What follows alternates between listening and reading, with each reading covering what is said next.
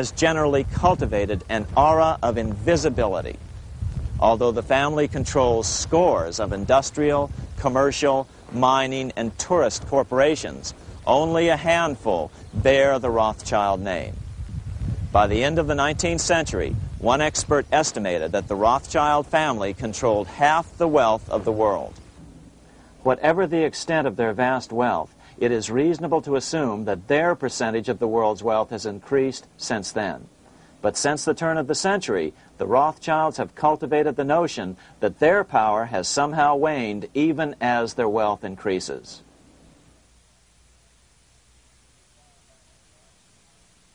Meanwhile, back in Washington in 1816, just 1 year after Waterloo and Rothschild's alleged takeover of the Bank of England, the American Congress passed a bill permitting yet another privately owned central bank. This bank was called the Second Bank of the United States. The new bank's charter was a copy of the previous banks. The U.S. government would own 20% of the shares of the bank. Of course, the federal share was paid by the Treasury up front into the bank's coffers. Then, through the magic of fractional reserve lending, it was transformed into loans to private investors who then bought the remaining 80% of the shares. Just as before, the primary stockholders remained a secret. But it is known that the largest block of shares, about 1/3 of the total, were sold to foreigners. As one observer put it, it is certainly no exaggeration to say that the Second Bank of the United States was rooted as deeply in Britain as it was in America. So, by 1816, some authors claim the Rothschilds had taken control over the Bank of England and backed a new, privately owned central bank in America as well.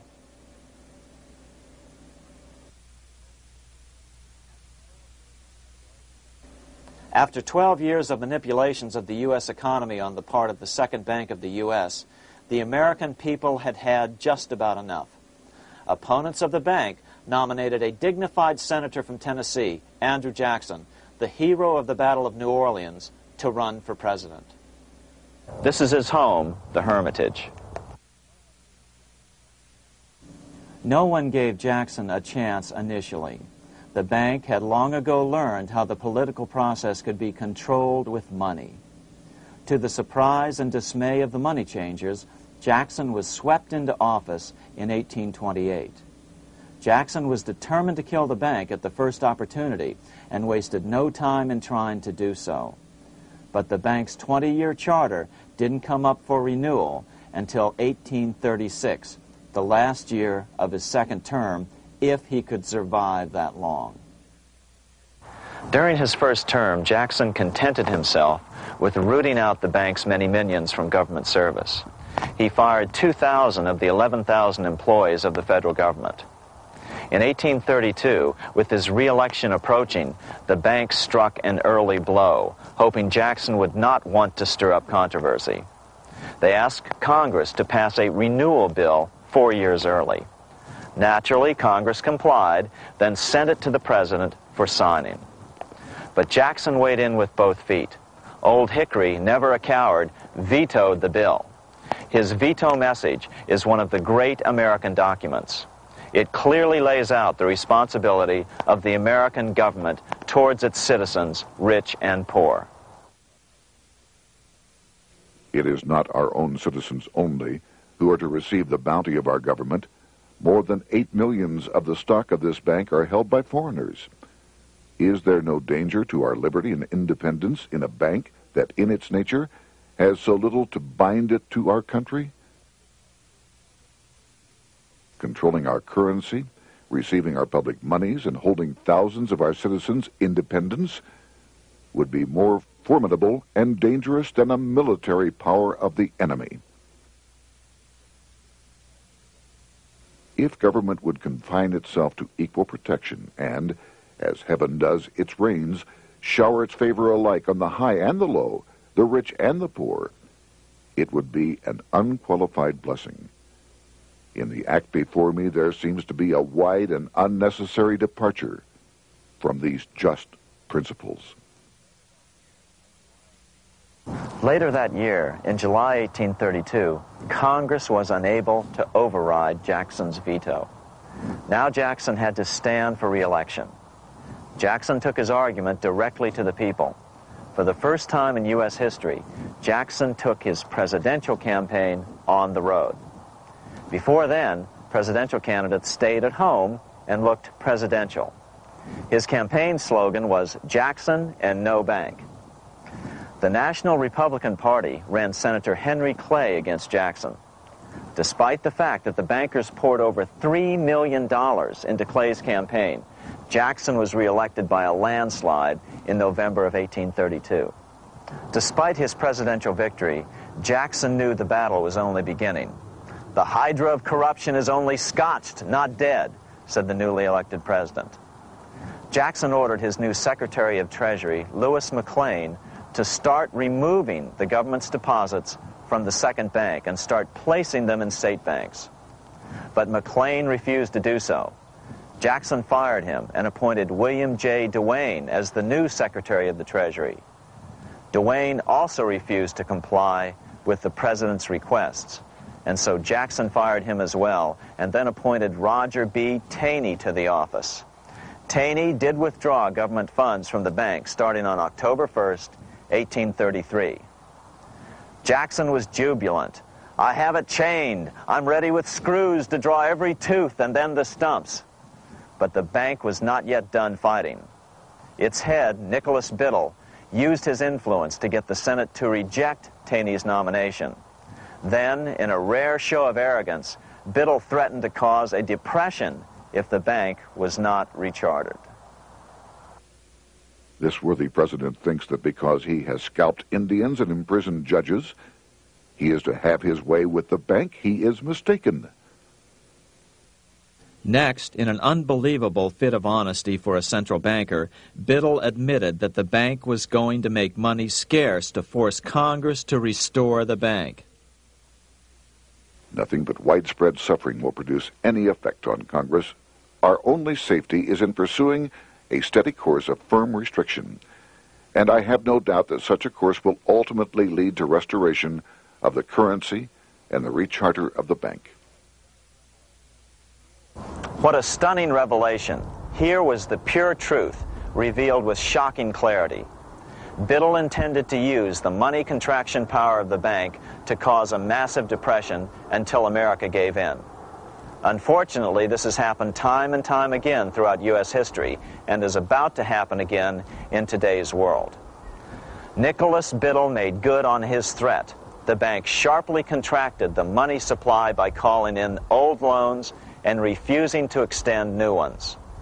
A financial panic ensued, followed by a deep depression. Naturally, Biddle blamed Jackson for the crash, saying that it was caused by the withdrawal of federal funds from the bank. Unfortunately, his plan worked well. Wages and prices sagged. Unemployment soared along with business bankruptcies. The nation quickly went into an uproar. Newspaper editors blasted Jackson in editorials. The bank threatened to withhold payments, which then could be made directly to key politicians for their support. Within only months, Congress assembled in what was called the panic session. 6 months after he had withdrawn funds from the bank, Jackson was officially censured by a resolution which passed the Senate by a vote of 26 to 20. It was the first time a president had ever been censured by Congress. Jackson lashed out at the bank. "You are a den of vipers. I intend to rout you out, and by eternal God, I will rout you out." America's fate teetered on a knife edge.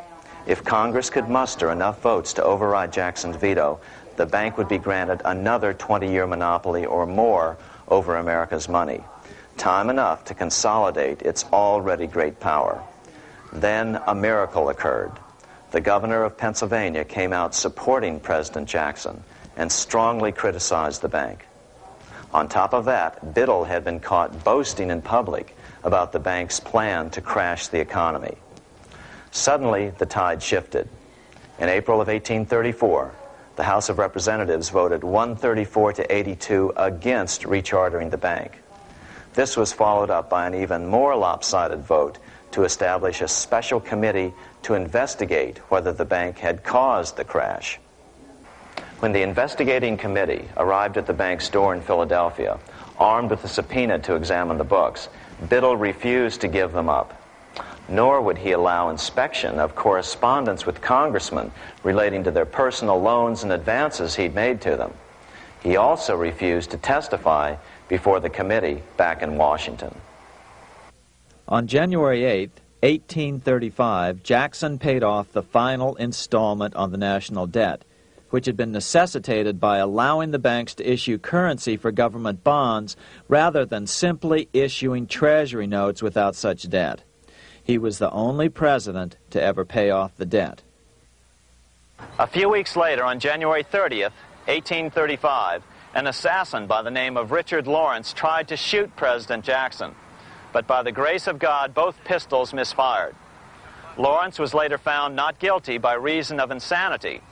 After his release, he bragged to friends that powerful people in Europe had put him up to the task and promised to protect him if he were caught. The following year, when its charter ran out, the Second Bank of the United States ceased functioning as the nation's central bank. Biddle was later arrested and charged with fraud. He was tried and acquitted, but died shortly thereafter while still tied up in civil suits. After his second term as president, Jackson retired here to the Hermitage outside of Nashville to live out his life. He is still remembered here for his determination to kill the bank. In fact, he killed it so well that it took the money changers 77 years to undo the damage. When asked what his most important accomplishment had been, Jackson replied, "I killed the bank."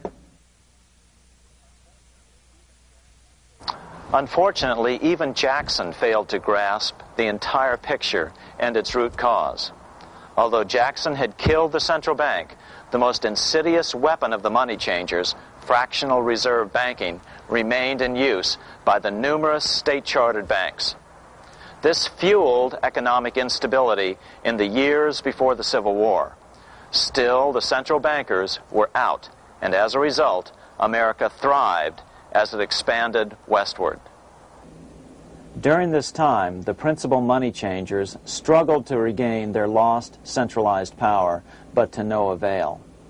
Then, finally, they reverted to the old central bankers' formula: war to create debt and dependency.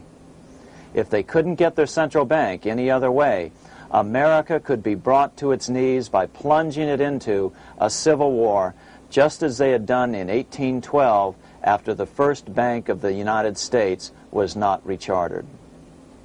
1 month after the inauguration of Abraham Lincoln, the first shots of the American Civil War were fired here at Fort Sumter, South Carolina, on April 12, 1861. Certainly slavery was a cause for the Civil War, but not the primary cause.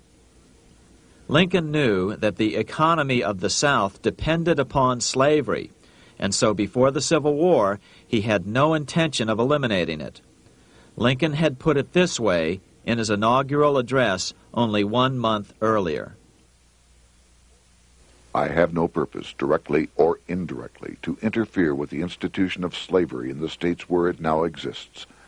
I believe I have no lawful right to do so, and I have no inclination to do so. Even after the first shots were fired here at Fort Sumter, Lincoln continued to insist that the Civil War was not about the issue of slavery. My paramount objective is to save the Union, and it is not either to save or destroy slavery. If I could save the Union without freeing any slave, I would do it. So what was the Civil War all about? There were many factors at play. Northern industrialists had used protective tariffs to prevent the southern states from buying cheaper European goods. Europe retaliated by stopping cotton imports from the South. The southern states were in a double financial bind. They were forced to pay more for most of the necessities of life, while their income from cotton exports plummeted. The South was angry. But there were other factors at work. The money changers were still stung by America's withdrawal from their control 25 years